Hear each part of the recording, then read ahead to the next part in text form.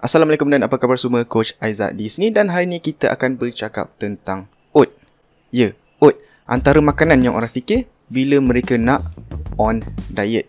Seolah-olah oat ni adalah makanan ajaib yang boleh menguruskan tanpa bersenam ataupun mempunyai ilmu asas pemakanan. Untuk video ni, Coach akan share 3 kesilapan diet oat ataupun diet menggunakan oat ini. Kesilapan yang pertama, anggap semua produk oat ni bagus. Ini juga kesilapan yang Coach pernah lakukan sebelum belajar ilmu pemakanan ni, iaitu anggap semua produk yang tulis oat ni bagus dan sesuai untuk diet. Kita ambil contohlah yang paling popular, iaitu biskut oat. Jadi Coach fikir daripada makan junk food seperti keropok, Coach akan gantikan dengan biskut oat ini. Tapi biskut ini tinggi dengan gula dan dia punya kandungan oat pun tidak begitu tinggi. Sebahagian besar masih menggunakan tepung gandum. Jadi apa yang anda akan dapat adalah biskut yang masih tinggi kalori, dan disebabkan oat tak banyak, dia tidak memberikan rasa kekenyangan yang sama seperti ambil oat mentah. Jadi kadang-kala bukan makan sekeping 2 keping saja. Coach sendiri pun pernah sampai 2-3 paket ataupun sampai 9 keping sekali makan. Tapi tak rasa bersalah sebab ada perkataan oat. Realitinya kalori yang Coach telah makan itu lebih tinggi berbanding dengan nak makan keropok awal tadi. Jadi tadi Coach berikan contoh biskut saja, tapi banyak lagi produk yang tulis oat ataupun mengandungi sedikit oat. Tapi kalau nak dibandingkan dengan junk food lain, dari segi nutrisi maupun kesesuaian untuk diet weight loss, tidaklah begitu berbeza. Okey, kesilapan yang kedua adalah tidak tahu perbezaan antara jenis-jenis oat ataupun tak tahu pun ada jenis oat yang berbeza.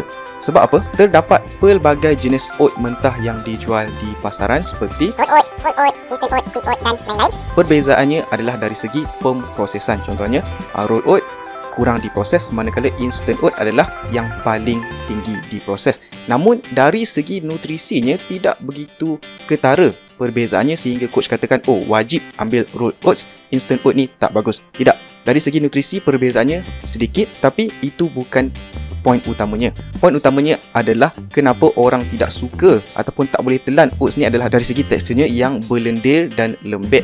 Itu sebab anda gunakan instant oat. Kalau anda lebih sukakan oat yang tekstur lebih kenyal, ada bentuk, boleh kunyah-kunyah seperti barley, anda lebih sesuai ambil oat yang kurang diproses seperti roll oats. Dan ini juga antara kesilapan yang orang buat overnight oats. Mereka menggunakan instant oat dan pada hari esoknya apa yang mereka dapat adalah balang yang berwarna-warni tapi rasa macam gam.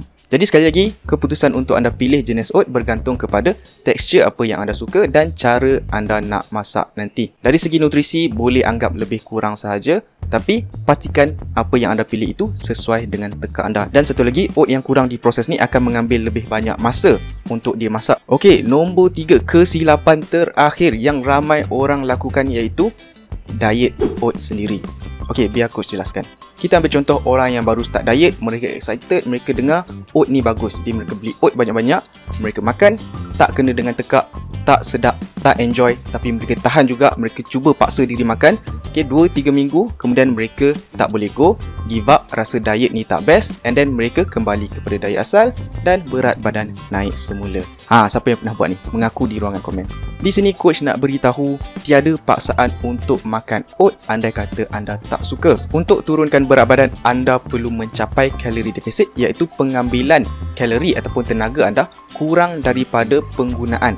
Anda makan kurang tenaga daripada yang di-burn. Pada masa yang sama, pilihlah makanan yang berkhasiat dan mengenyangkan. Yes, oat mempunyai kedua-dua ciri ini, berkhasiat dan mengenyangkan sebab kandungan serat yang tinggi. Tetapi itu bukan sahaja pilihan makanan yang ada. Anda nak makan nasi, tak ada masalah. Kawal porsi nasi suku, kemudian lebihkan sayur-sayuran dan juga protein. Sayur dan protein ni kunci kepada pemakanan yang rendah kalori tetapi boleh rasa kenyang dan berpanjangan.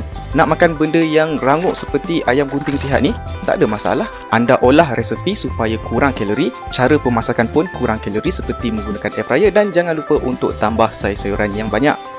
Mudah je kan? Okey, sebagai penutup, Coach nak kongsi 3 kunci diet yang terbaik untuk anda.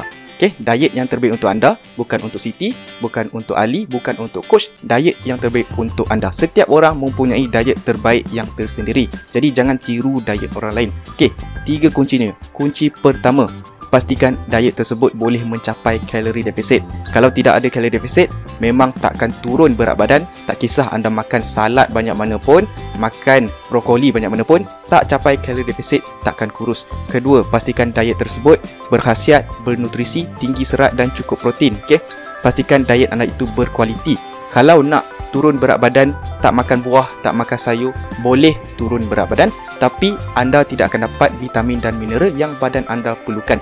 Dalam jangka masa pendek boleh turun berat badan, tapi jangka masa lama boleh menjejaskan kesihatan anda. Dan yang ketiga, kunci yang ketiga yang ramai orang sangkut adalah pastikan diet anda itu enjoy, diet anda itu mampu sustain untuk tempoh masa yang lama. Tiada paksaan untuk makan oat, makan quinoa, makan roti whole grain ke kalau anda tak suka. Pastikan pemilihan pemakanan sihat anda itu anda enjoy supaya anda boleh sustain long term. Kita tak nak anda diet 2-3 minggu kemudian rasa tak best, tak enjoy, kemudian kembali kepada diet tak sihat yang awal tu, and then berat naik semula. Okay, turun naik, cuba diet itu, cuba diet ini. Itu yang dikatakan sebagai yo-yo diet. Jadi itu kuncinya. Okay, itu saja untuk video kali ini. Kalau anda mendapati perkongsian ini bermanfaat, coach sangat hargai kalau anda boleh tekan like dan subscribe, serta boleh kongsikan kepada orang lain supaya mereka pun tidak tersangkut dengan diet oat ini. Alright, itu saja untuk kali ini. Semoga kita jumpa lagi. Sekian. Seolah-olah oat ni adalah makanan muja. Seolah-olah oat ni